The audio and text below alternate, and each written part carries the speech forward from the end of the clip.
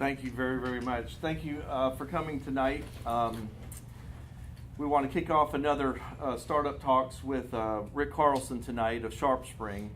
I know that many of you have been to our talks before, and we welcome you back. For all the newcomers, what we're going to do is this is somewhat like a fireside chat, and we're going to find out from top to bottom and beginning to ending about Rick and his company, and also to showcase Gainesville as a great startup environment and ecosystem. And so we welcome you back again. At the end, we're going to open it up for some questions. We'll have about 10 or 15 minutes, so anything that's kind of that I potentially missed to ask and that you want to know about, certainly save those questions, and we'll be able to do that at the end as well. We did have kind of a pre-session, and some of the great questions were asked that will also pop back up in our general talks. And since this is being podcast, don't think that I wasn't listening, but those will surface again. So Rick, welcome, and it's great to have you here. We've had some really, really great visitors to the Startup Talks here in Gainesville, and we're thrilled to have you. So as I always kind of start out, we want to know a little bit about you and your family and where you're from to kind of get a sense of who you are, and maybe a little bit about how you got to Gainesville. Yeah, sure. So I was born and raised in Florida, down in Miami, and went to same high school as Jeff Bezos. Never met the man. He was there 10 years before, but I got to say that. I got to throw it out there, right?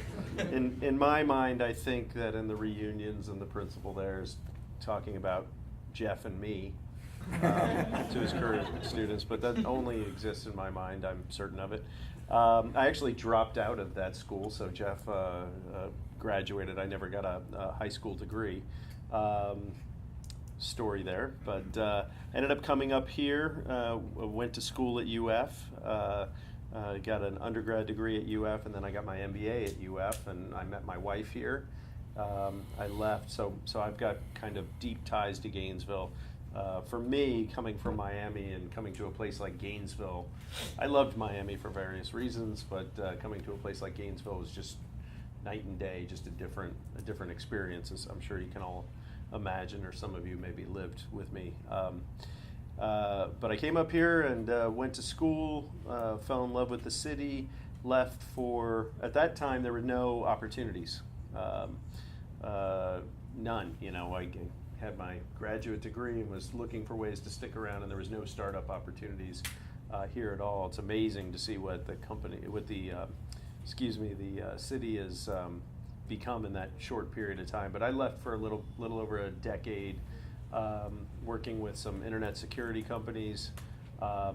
Really got my first taste of the startup life. Was a very, very early employee and ended up running a company called Illyria Software, which was an anti-spyware, anti-malware, antivirus type company that we sold to Earthlink. So I became the CEO of that company, and we sold that company to Earthlink, and I was kind of hooked on the startup scene. But I didn't feel like I had enough experience, and I went and worked for some larger companies. Anybody have AVG antivirus on their laptops or anything anymore?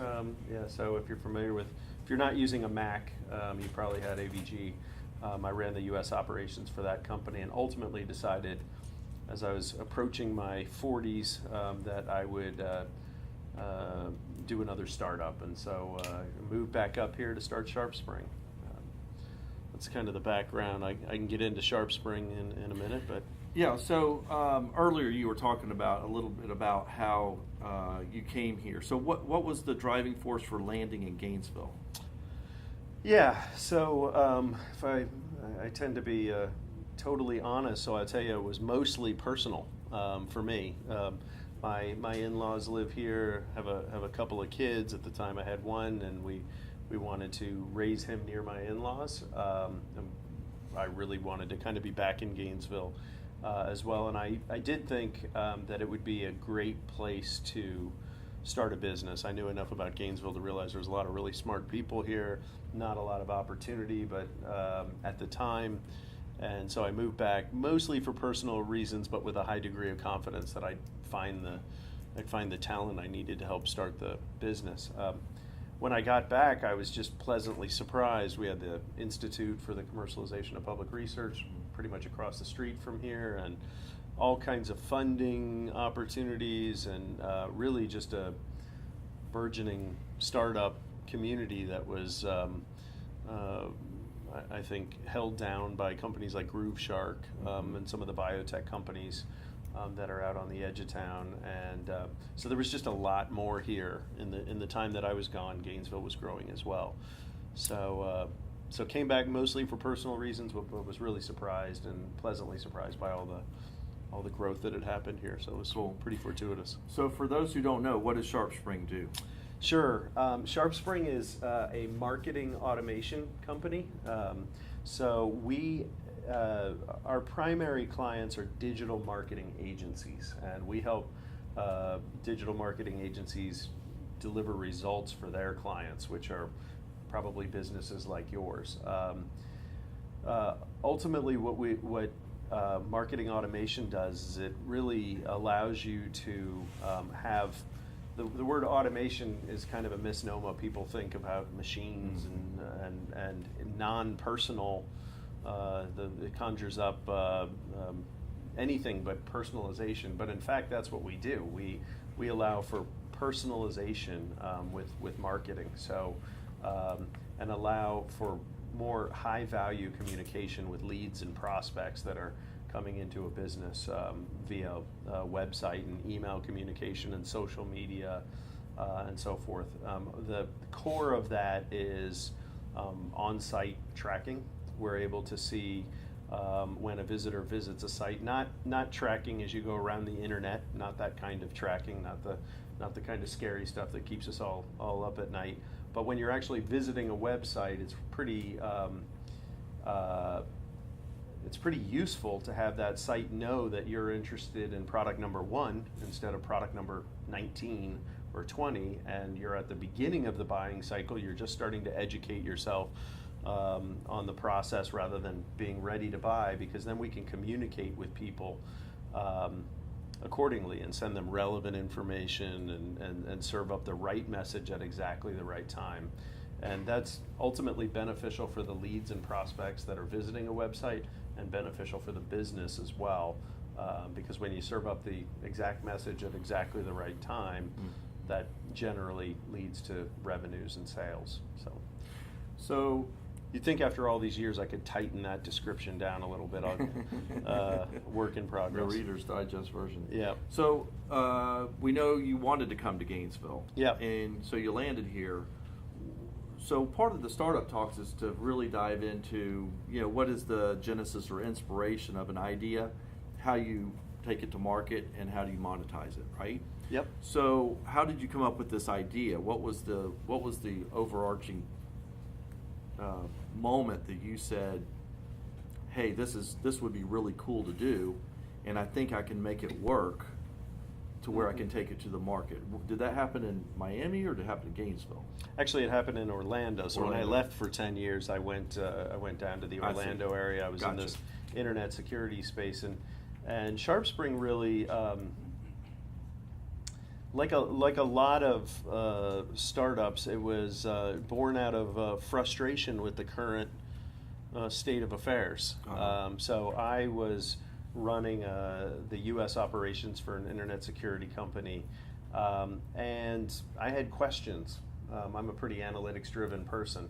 What was the ROI on that trade show we went to last year? Should we be doing that again?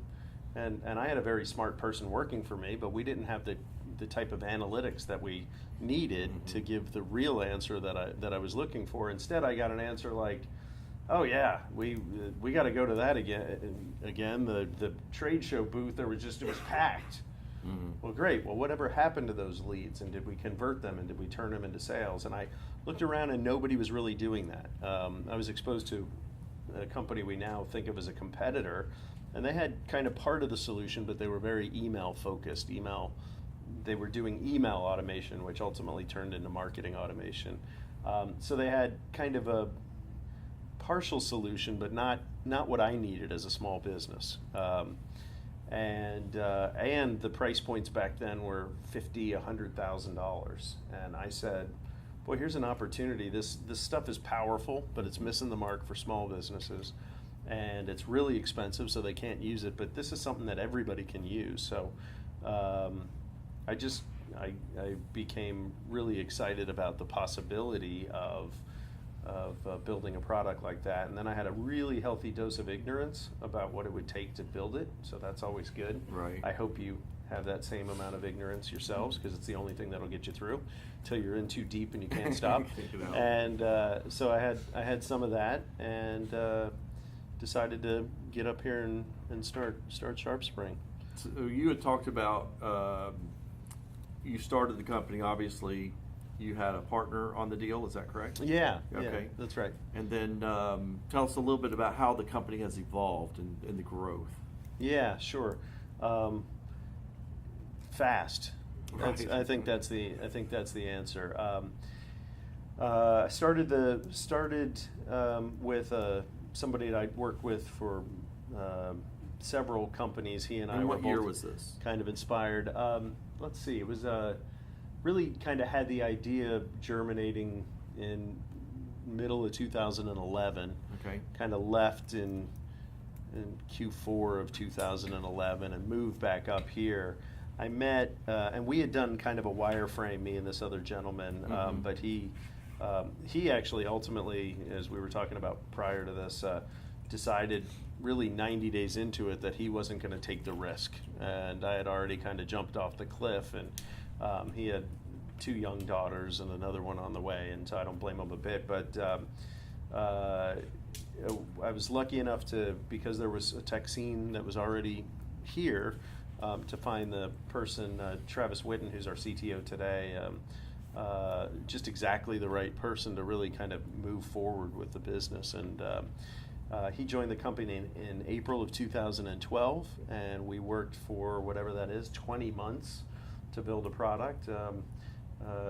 Believe it or not, we were trying to practice every lean startup principle you can imagine, but the category had so many features already built into it that there's a certain kind of minimum expectation for even an MVP, and so it took us a while, and we launched in 2014 with expectations of selling in January 2014, and then at the end of January 2014 we had like 3 deals, and frankly that was really scary because we were hoping for 20.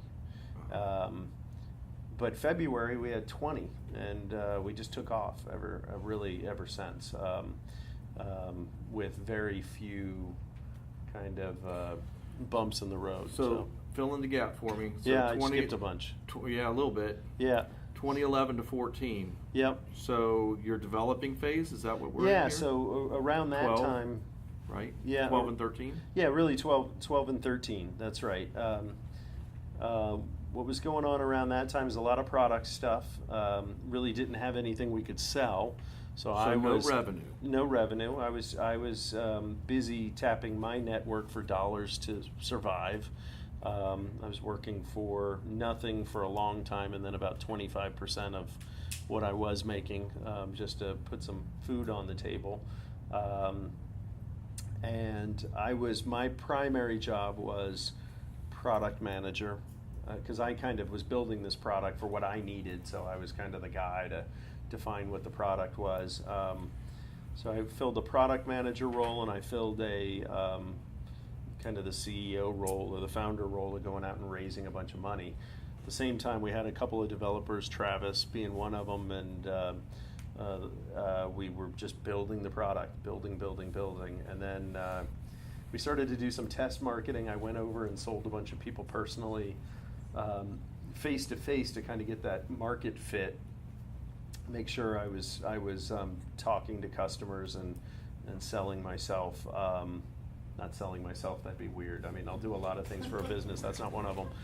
But I was going through the sales process myself, selling SharpSpring to people in Jacksonville, and the reception there was so, I think we knew we had something. and then we really kind of officially launched in January. So over that time, I was raising money and we were building the product. And so we talked a little bit about funding earlier, but let's recap. Where was the reliable funding source for your product? Well, I've already mentioned lean startup, and everybody, that's old news around here. Everybody kind of practicing those principles. I didn't want to raise money. I'd been out there. I wanted to prove we could do this with as little money as we possibly could. And having gone away where I might have had an advantage compared to some of you, although some of you might be able to draw from your college experience and loans and parents, I don't know. I had a little bit of money saved up, so I had some time. Uncomfortable dwindling through those resources, but we were, in terms of raising money, we did not go the VC route at all, ever. So we raised money, worked really, really efficiently, and we're just focused on getting the product out as quickly as we can before we started to lose some money. And how big was the team in 2012 and 13? Two different years. I think we probably went from 6 people to 16 people. So when you launched in 14, when you launched the product, you're about 15, 16 people. That feels about right. Yeah, okay. That's right. For those of you who are local, we were right up above the frame shop in the Sun Center, so just down from Maud's. Yeah. So Maud's was a nice hangout, and that whole downtown area. We're actually going to be moving into our 6th office here. We were talking about that earlier. So think about that in 2011 to 2017, a 6-year span, going from a single entrepreneur up to how many employees now? We're somewhere around 150. 150 employees, moved 6 times. Talking about being nimble and rapid growth is probably an understatement. Yeah, and most of that stuff is the last 3 years. So right, certainly. So from 15 to 150. Yeah, that's certainly right. So where do you, part of one of the things I like to do is dive in. How many startups have you been a part of? Any others? Well, the Illuria software. And was that a startup? Yeah. Okay. Yeah, it was a startup. We that was not my startup. Right. I was about the number 5 guy there, I think. We grew that to about 50 people. Mm-hmm. But actually, I went purposefully and got some big company experience, which is serving me really well right now. Andrew will tell you, we've got dashboards floating all over the place, and probably too many of them, but the types of things that you learn at larger companies about communication and metrics and all of those things as you get larger and are really, really helpful. So SharpSpring is really my 2nd startup, I would say. So one of the things I admire about you is that keep going. Yeah. Let me express myself. Okay, sure. Yeah. Take your time on this answer. 2 wonderful kids. Yeah. The truth is, the reality is, the younger you are, the less risk there is to have a startup. And one of the things you did is you went through much of your life, at least to a certain point, you amassed some monies to be able to invest in yourself. That's obvious because your funding source, and you kind of express that. But the later in life that you do a startup, the more risk there is, because you do have a wife, you have a couple kids, and you're out there burning through cash on this idea to take to the market, which you almost self-express, wow, I think this is going to work. The first month it was like, oh, crud. And then finally things kind of took off. Yep. So I admire, you have to admire the fact that you believed in yourself, and I guess you were in your 30s, correct, at the time? Yeah, right. 38, 39, something like 39 years old to do that, because I often talk about, the later in life that I start a company, the greater the risk is for me. Yeah. Because early on you can always start over. But when you're, at an age in your 40s or whatever, that it is a bigger risk, especially bringing your family along. So I admire you for that. Thanks. So here's my question though, is where's the inspiration come from? Because a lot of, entrepreneurs are not, there's core driving forces that make a person say, you know what, I can take this and I can make it work myself better than somebody else, right? Or we would just work for other companies. We would take their products and we would take them into the marketplace. There's nothing wrong with that. But an entrepreneur who takes the risk of their own funds and they're the last ones to kind of get paid, and they're typically the first ones there and the last ones to leave. So I'm always fascinated to hear the story of where do you get your inspiration to say, I'm going to make this leap of faith, and I'm going to take 2 years of my life to burn through personal funds and to launch this company. Arrogance and ignorance. I don't know. First off, I always knew I wanted to do this. I have always had trouble working for somebody else, and that's where maybe the arrogance comes in. Right. I feel like I know I'm right or wrong, and many times I'm wrong. Nonetheless, I feel like 9 times out of 10 can do something better than somebody else or what have you. And for me, working in the corporate environment and seeing kind of what goes on there gave me more confidence, frankly, in that. The other side of it, I've already kind of made this joke, but ignorance, complete ignorance in terms of what it would actually take to pull it off. And, it's one of the hardest things, at least for me, it was one of the hardest things I've ever done. Did you have any mentors along the way? Anybody you can point to that you were inspired by? Not close mentors. No, Mm-hmm. no, actually, I didn't. My dad's the polar opposite of me, for whatever that's worth. He worked as an airline mechanic, and then because that was one of the safest jobs you could get, and then when that went away, Eastern Airlines, if anybody remembers Eastern Sure. Airlines, I see some gray-haired folks around here remember Eastern Airlines. He went to work for the public utility, and so but as I think everybody knows here, the days of pensions and all those things are gone. So I didn't have a bunch of entrepreneur family members or any of those things. No, it's just something that I have a hard time doing the same thing.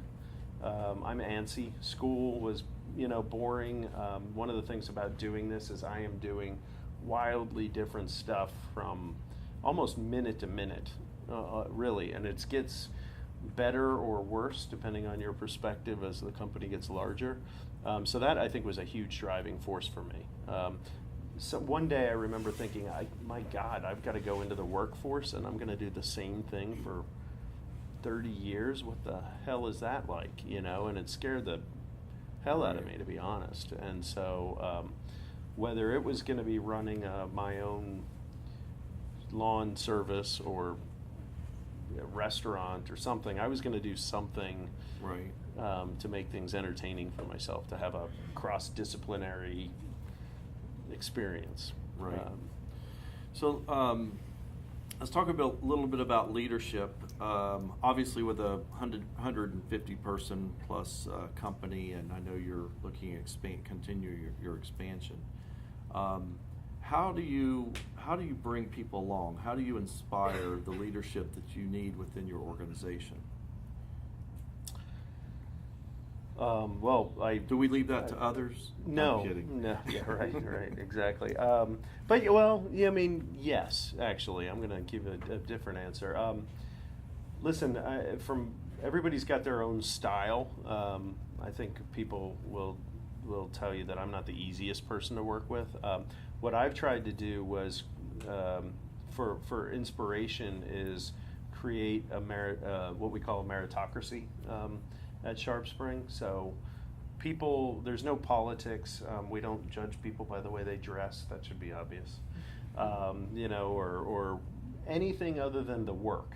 And If you can come to SharpSpring and you can make your mark, it'll just kind of happen at SharpSpring. And we try to create an environment where the people that care and are committed and work hard and are smart. There's got to be a lot of things, but those people just suddenly kind of rise to the top. I'm thinking about Josh as one of many examples.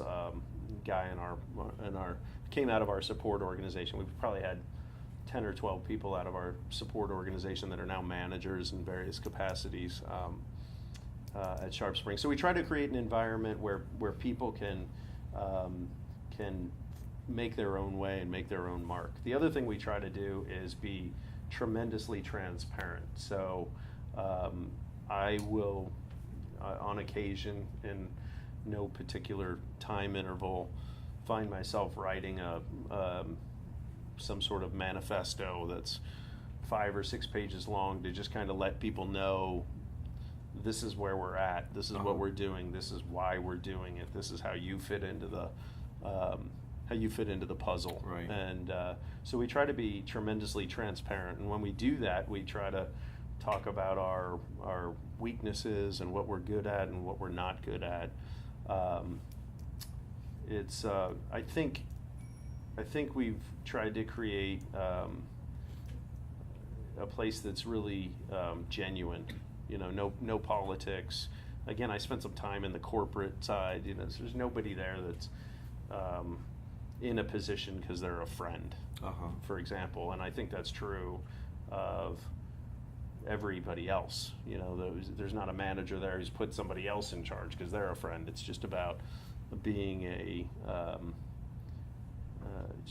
just being part of the cause, right. And then being transparent about what that cause is. So let's switch gears a little bit on that. So we call it talent pool. Mm-hmm. So you obviously are have some pretty bright minds at your company. Yep. And they, the shining stars will surface to the top. You talked about how they would kind of articulate through your system and kind of find their way in your company. How do you, first of all, identify the top tier talent? How's your hiring processes? What do you think about the Gainesville environment as far as a talent pool? Multi-part question. Mm-hmm. We try really hard to create a really neat environment. We do all kinds of stuff. It's almost a little I don't know, a little stereotypical for a tech company now with all the little perks and benefits that we have, but we have and I invite all of you, by the way, if you've not been to one or more Buzz events, we do a Buzz event at a bar every 2 weeks, and we invite anybody in the tech community that wants to go over there. So we try to be a part of the community, let people meet our people. Honestly, we found the best people come from references from other great people. And so we really try, with a few exceptions where we brought people in, we really try to get people to get to know us, and we ask our employees, we try to make it a great place for our folks to want to come and work and that sort of thing. And so that's how we do it. We've got, but it's beyond the perks. I mean, if we have lunches and we have this bar event and we have massages and we get a ping pong table and we have car washing service, we have all that stuff. But if it was fake, if there wasn't a common shared goal, realize I'm not looking at this half of the room at all. If there wasn't a common shared goal, making that mistake, I think it would be fake. I mean, I think people would get that, and so I really think it's about the culture and about people wanting to work with people that they know and like and have a shared passion and interest in. And so many of our team, I mean, I'm not even involved in this stuff because I go home and raise my kids and all that, but I see so much of our team hanging out together, whether it's, which is the really, really cool thing. So in terms of what you find in Gainesville, it's a fantastic place for talent. There's there are holes in that talent pool, and I think, but for the most part, if you're looking for just about across the board, young marketers or developers or support people or sales people, I mean, we have it all. Unfortunately, the area we don't have is that we don't have a lot of. We have them, but we don't have that person with 15 or 20 years of experience at a SaaS business, and I know how to plug me in. I've done this for XYZ. Done this for Hooli, right. Or whatever. Right? We don't have that in Gainesville. So you miss that gap. I think is kind of what's missing right now. But we're creating those people at SharpSpring, and other companies are doing that now, and that won't be the case even a few years from now. And I also think there's a lot of people who want to come back. Kind of like my story, right. where there wasn't the opportunity here, so we see people that want to come back as well. So. Yeah, I often talk about my brother graduated in the first class of computer sciences at the University of Florida in the 70s, and was faced with the same thing. He left and went to Silicon Valley, created his company, and the rest is history. That environment is so different today. Yep. And the talent pool is here. I was talking to some folks earlier about the opportunities of the University of Florida, and also the even Santa Fe kind of cranking out some really top talent, and how the opportunity for people to not only have lived in the Gainesville experience through their college years, but also to be able to stay here and enjoy this environment, because Gainesville is really a spectacular place. What percentage of people you hire are locals, would you consider? Is there a percentage? Yeah, I think almost all. Okay. Almost all. Yeah. We've pulled in people for specialty roles, and Right. we've had people move to Gainesville to work for SharpSpring, but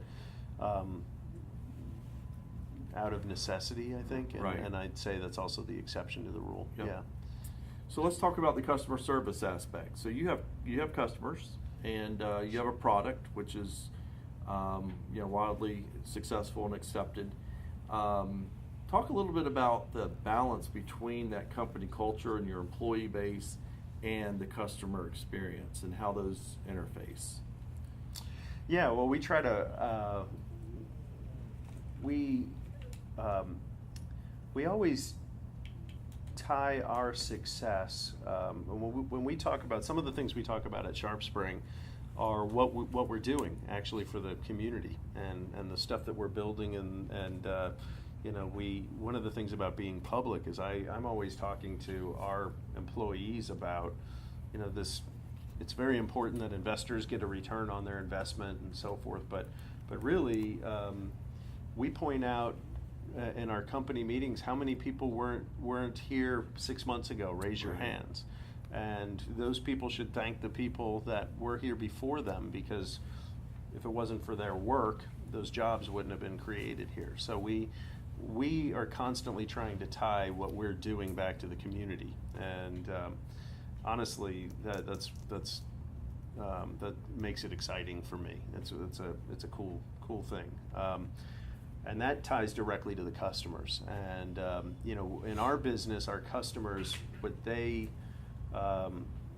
they're counting on our product to deliver results for their clients. Our customers are these digital marketing agencies. So we're not only helping the local community with hiring and creating jobs and all those things, but we have something like 6,000 or 7,000 businesses now that are using our product, and our product helps them generate leads and sales for their businesses. And so if we do our jobs really, really well, we're helping people all over the world make their businesses successful. And I think it's tremendously important that you have some sort of vision like that, because ultimately, building a product's kind of neat and so forth, but if there's not some greater purpose, if that makes any sense, when things get tough, when the product doesn't work right, and support people are getting hammered and all that stuff, it helps to have that understanding. It's not a fake thing. This is actually what we're doing. So that ties directly into customers and making them successful.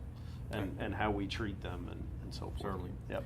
So let's transition. We talked a little bit about your early funding. When did your company go public?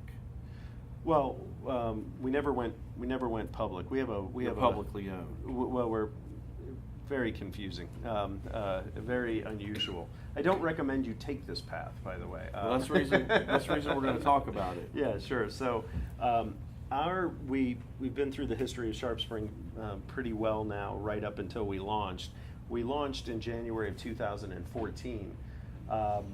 By the summer, we were selling enough customers, and speaking of customer support, and we're figuring out how to support these guys. All of a sudden, these customers, these things are a lot simpler when you don't have customers.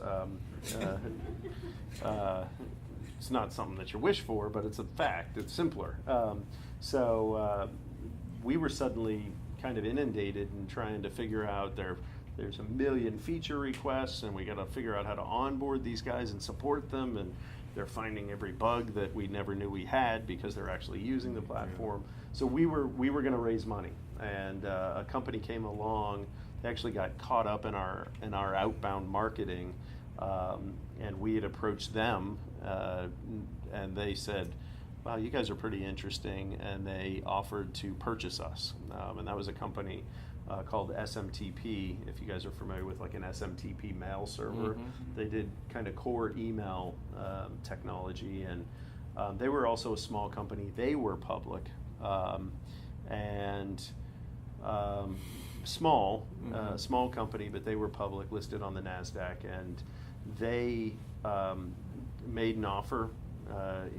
Myself and my partner and a few other people and the original angel investors decided that the offer made a lot of sense, and we thought we could keep growing with the business, so we could take some money off the table. For me, by the way, 2008 was in my mind. I was doing pretty well financially and got spanked pretty hard by the real estate bubble back then, so taking some life-changing money off the table was attractive. So we ultimately decided to sell the business to SMTP. The whole thing? Yes. Okay. Yeah, and honestly, I was thinking, great, success, happy ending. I'm going to go start another startup here with this team that I've created, and so we had to stick around for another year for an earnout. We had a bunch of money that we had to deliver on our part to receive the rest of the funds, and so we stuck around for a year and built the business. And during that time, we outgrew SMTP, the company that bought us.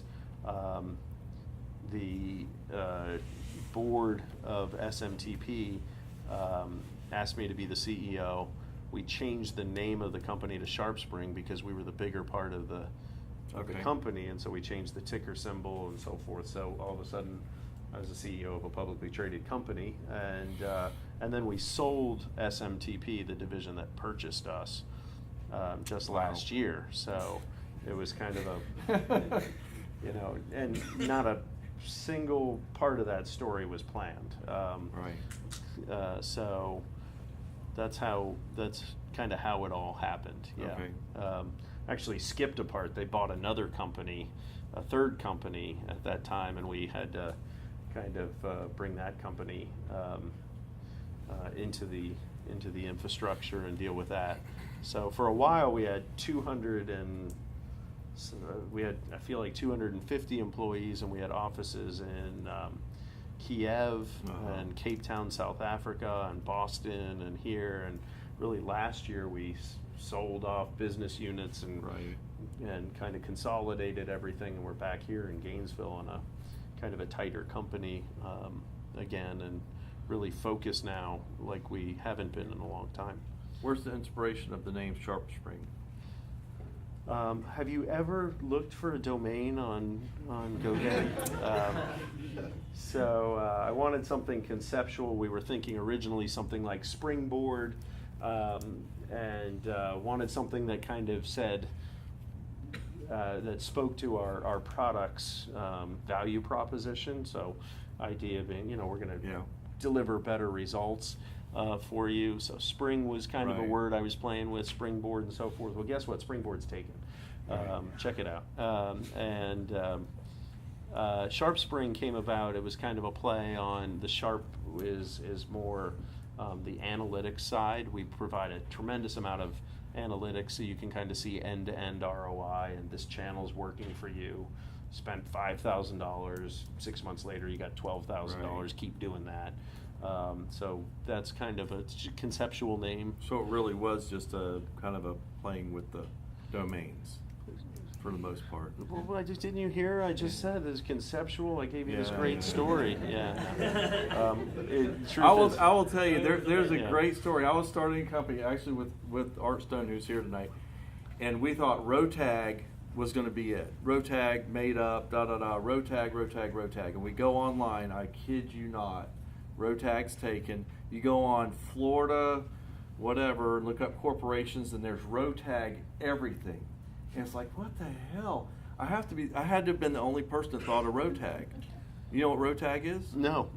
Gator backwards. I kid you not. That is a true story. I was going to name the company Rotag. Because you have to come up with something different, right? And so you're like, I'm just going to be really crazy, in my thought processes here, and just go Rotag. Start going backwards. Yeah, start going backwards on the name. So, but if you go on there, if you go on the Florida website, you'll see Rotag. There'll be 20, 30, 40 of them. I'm not kidding you. It's Right. like, you've got to be kidding. Yeah, it's that. But that it is more difficult than it sounds, for sure. So we have a few minutes, and then we're going to take questions. So,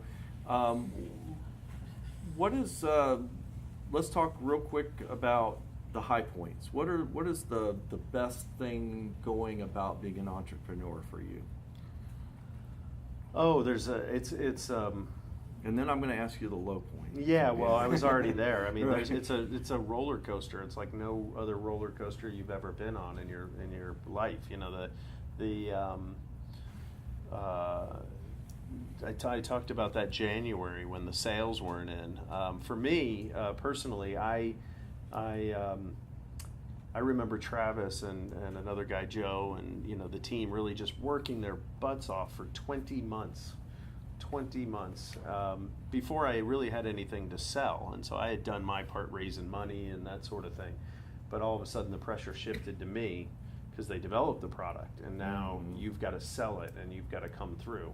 So that level of pressure was intense. Yeah, it's and if you're not delivering, that can lead you to some low points. See how I went right to the low points? I mean, this says something about me, doesn't it?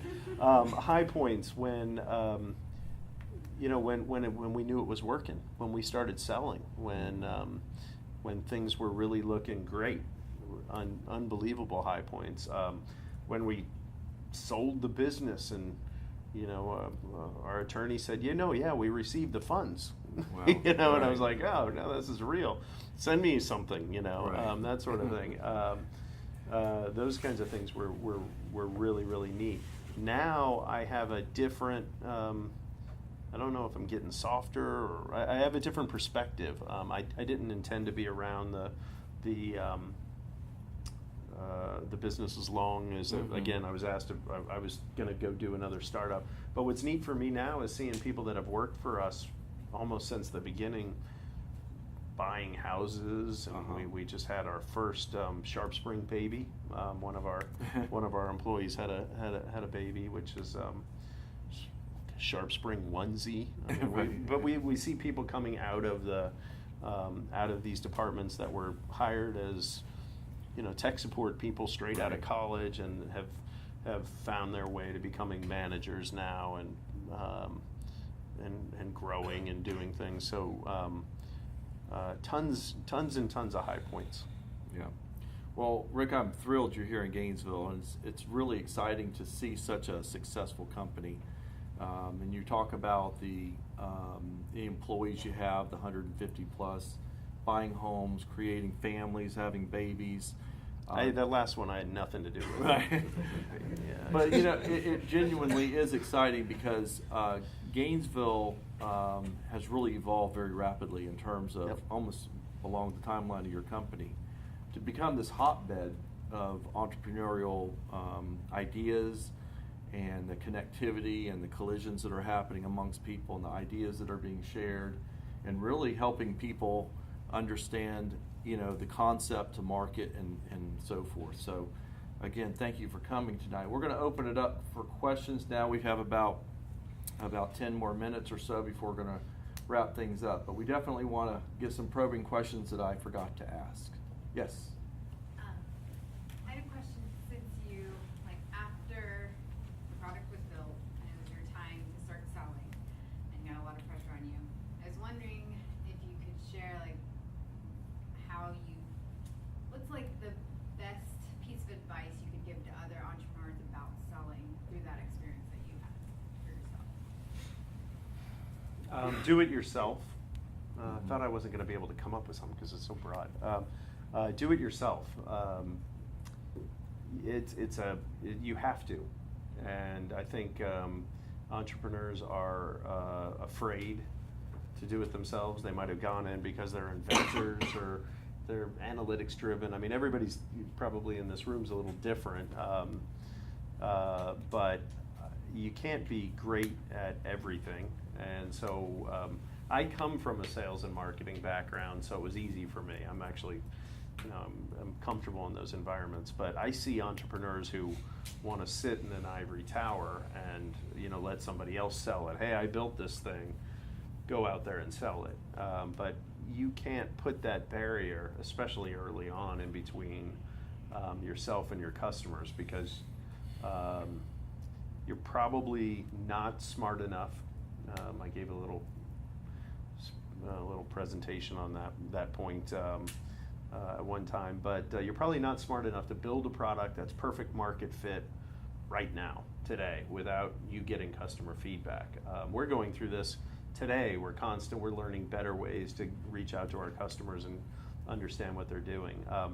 The sales and marketing process is no different, and you really have to understand what motivates people and how to talk to them and what your product really does for them. You might think they're going to use it one way or to solve one problem.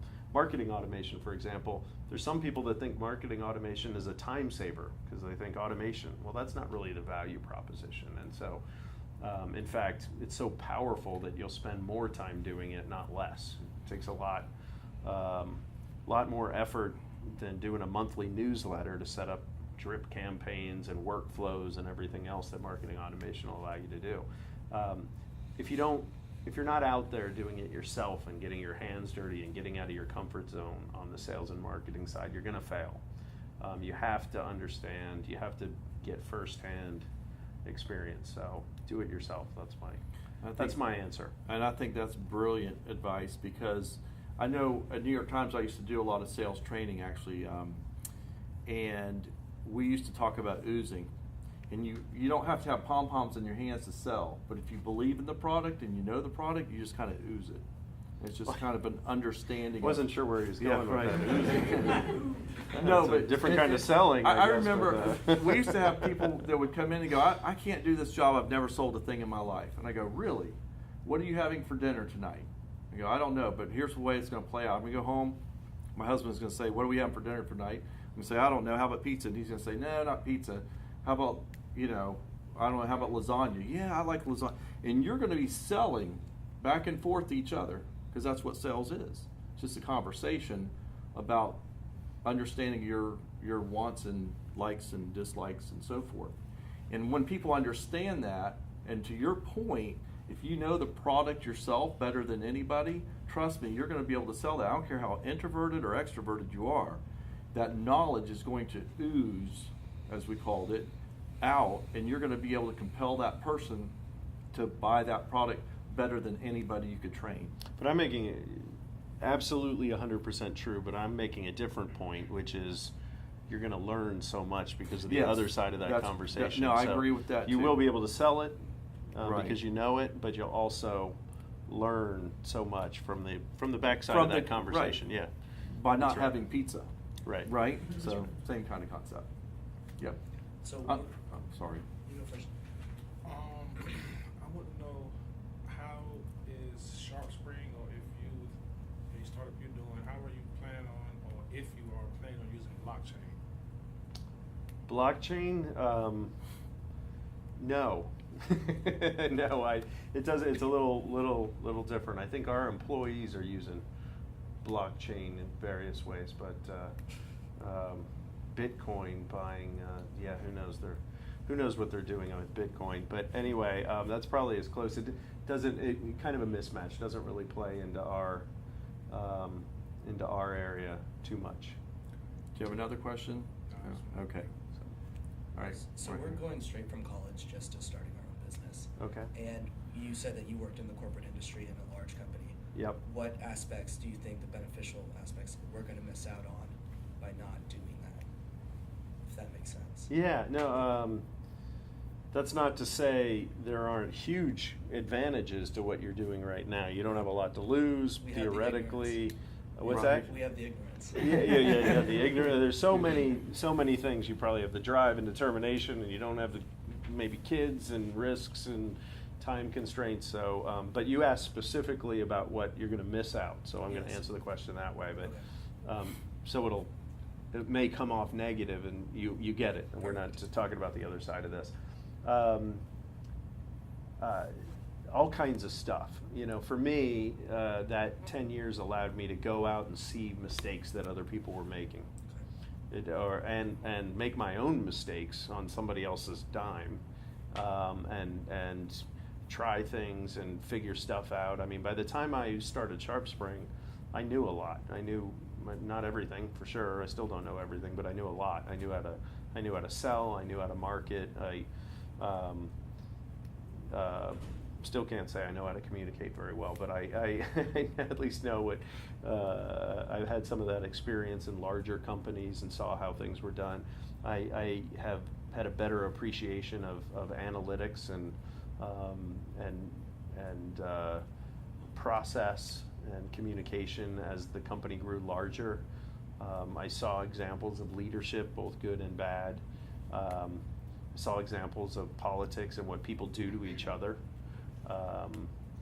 In company cliques, you know, cliquey type things in larger companies, and just tons but that's true of anything you do. You know, you could have, somebody else could have spent that 10 years doing startups, and learned a bunch of stuff that I didn't learn. So again, for raising money, I had that network of people that I was able to go to that, you know, saw what I was capable of doing at those companies, and they said, yeah, sure, I'll invest, throw in a few dollars, and so that was helpful in that way. So for me, it was exactly the right path, and there were times and it gave me the confidence.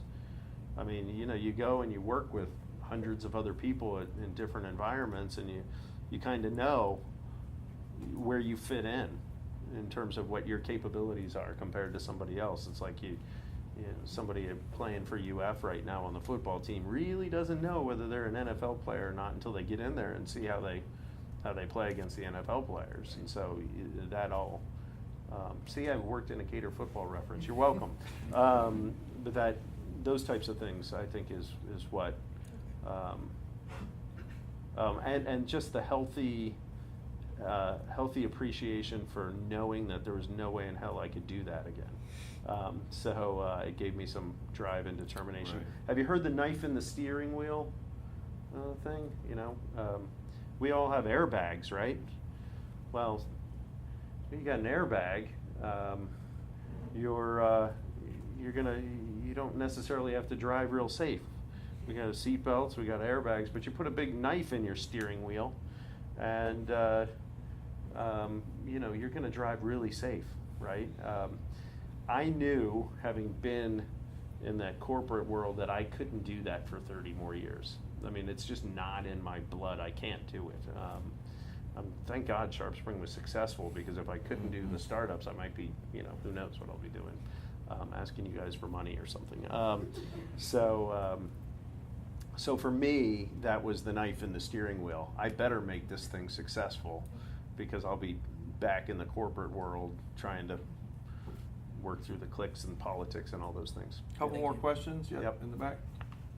So product is made, and the engineers are, okay, Rick, sell it now. Yeah. And you know, you said January came around, you were expecting like 20 sales.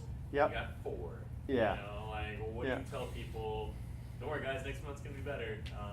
And you know, encouragement to the team because you know they're depending on you at this point. Yep. Yeah. Well, too late for them. They can't go anywhere else. They've been in it for 20 months. That's where the pressure came. No. I think that goes back to transparency, which is easy when you're that small. But we have the same transparency. I think we try to have the same transparency today. If we don't have it, it's not for lack of effort. It's probably just lack of process to make it happen. But you know, there wasn't a black box.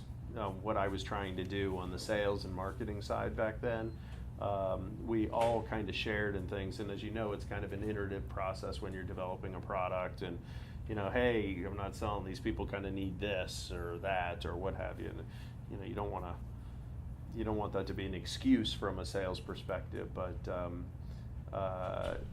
having that open dialogue on what was going on at that time, I think you know we've just built trust, and we already had wins under our belt. The sales weren't happening, you know, but we'd raised a bunch of money and we got to various levels. You guys know you're doing it now. You're getting from nowhere to somewhere, and you know a little bit beyond that, and so you build up that trust. I think, and effort. I think you know when you're doing this stuff, you're deciding to jump off a cliff together, and where you end up is kind of where you end up. But if everybody's working their tails off and headed in the same direction, then you know you're gonna be okay with the results. So you go through tough times, and you know hopefully they get better. One last question, and then we will take questions after we wrap up one-on-one. But go ahead.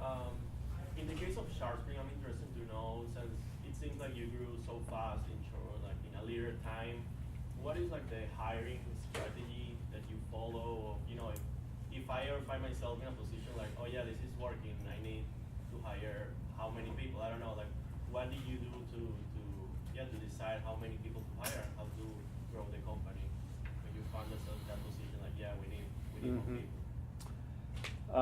Yeah, you know, there's a oh gosh, I'm Peter. Not Peter Thiel. No, I'm screwing up here. It doesn't matter. Really great guy. One of the. Actually, it was David Skoke, I believe, who's a guy at Matrix Partners. Writes about SaaS companies a lot. Really talks about hiring as being your third. You know, it's not just about finding product market fit and some of the other things, but hiring and culture and so forth. But being able to hire is really kind of the third pillar of building a successful business out there. And we started to realize that when we were growing fast, and it's still a struggle, but we, you know, there's no. I gotta say, it's just about building a culture where people want to come to work there, and that doesn't mean it's easy. SharpSpring is not an easy place to work, but I think that the people there respect the other people that work there, and because of that, we get people that refer other people and so forth, and we really just try to create that environment that that draws people, you know, and I think it's really important to make people let people know kind of where they fit in. So we, you know, our customer service folks are really charged with maintaining relationships that are worth tens of thousands of dollars to us. And you know, you can build a company where people are there for a paycheck, and some people inevitably with 150 people at SharpSpring, I'm sure that some people are there for a paycheck. I don't know who they are, but I hope but I think that ultimately is the only thing that you can do, is build a culture that brings those kind of people in, because then I think word will spread. I mean, we do all the other stuff as we talked about. We do events, participate in things like this. Our folks are out doing volunteer work, and they do, I don't know, but it's really just boils down to the culture. Let's give Rick a big round of applause for being here today.